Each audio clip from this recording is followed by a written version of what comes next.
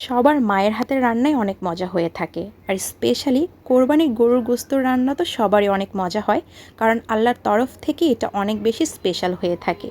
সবাই জানে, তাও ভাবলাম আজকে আমরা কিভাবে রান্না করেছি সেটা তোমাদের সাথে শেয়ার করি। প্রথম এখানে এক পাতিল অনেকগুলো গরুর গোস্ত নিয়ে নিয়েছি, তাতে আম্মু পরিমাণ মতো লবণ, হলুদ, মরিচ, আদা, রসুন সব কিছু দিয়ে দিচ্ছে। আর এখানে আমরা পরিমাণে বেশি নিয়েছি, কারণ আজকে আমাদের গরুরটা ক্লিন করতে যারা যারা হেল্প করেছিল সবাই একসাথে আমরা খাবো, চালের রুটি দিয়ে, গরুর গোস্ত দিয়ে। আর যদিও আমরা ঢাকায় থাকি, বাট ঈদটা আমরা গ্রামে সবাই একসাথে করি, তাই আরও স্পেশাল হয়। পরে এখানে আম্মু নানুর একটি সিক্রেট মশালাও দিয়ে দিচ্ছে, যেটা দিলে কিনা তরকারি আরও অনেক বেশি মজা হয়। তারপর এলাচি, দারচিনি, তেজপাতা, মানে মাংস অথবা গরুর গোস্ত রান্না করতে যা যা লাগে এখানে আম্মু সবগুলো দিয়ে দিচ্ছিল। দেওয়ার মতো পরে এখানে আবার পরিমাণ মতো তেলও দিচ্ছে, আর আমরা একটু ঝাল বেশি খাই তাই মরিচটা একটু বেশিই দিই। তো পরে আম্মু ভালো করে মিশিয়ে নিচ্ছে, আসলে অনেকগুলো গোস্ত থাকাতে নাড়াচড়া করতে আমার একটু কষ্ট হচ্ছিল।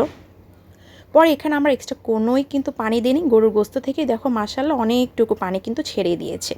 ভালো করে কষিয়ে নিচ্ছি, কারণ না কষালে ভালো লাগবে না। প্রায় 2 থেকে 3 ঘন্টা কষানোর পরে একটু গরম পানি দিয়েছি, ব্যাস এই তো হয়ে গেল। আশা করি সবার হাতের রান্নাই মজা, ইনশাল্লাহ আজকেও মজা হয়েছে।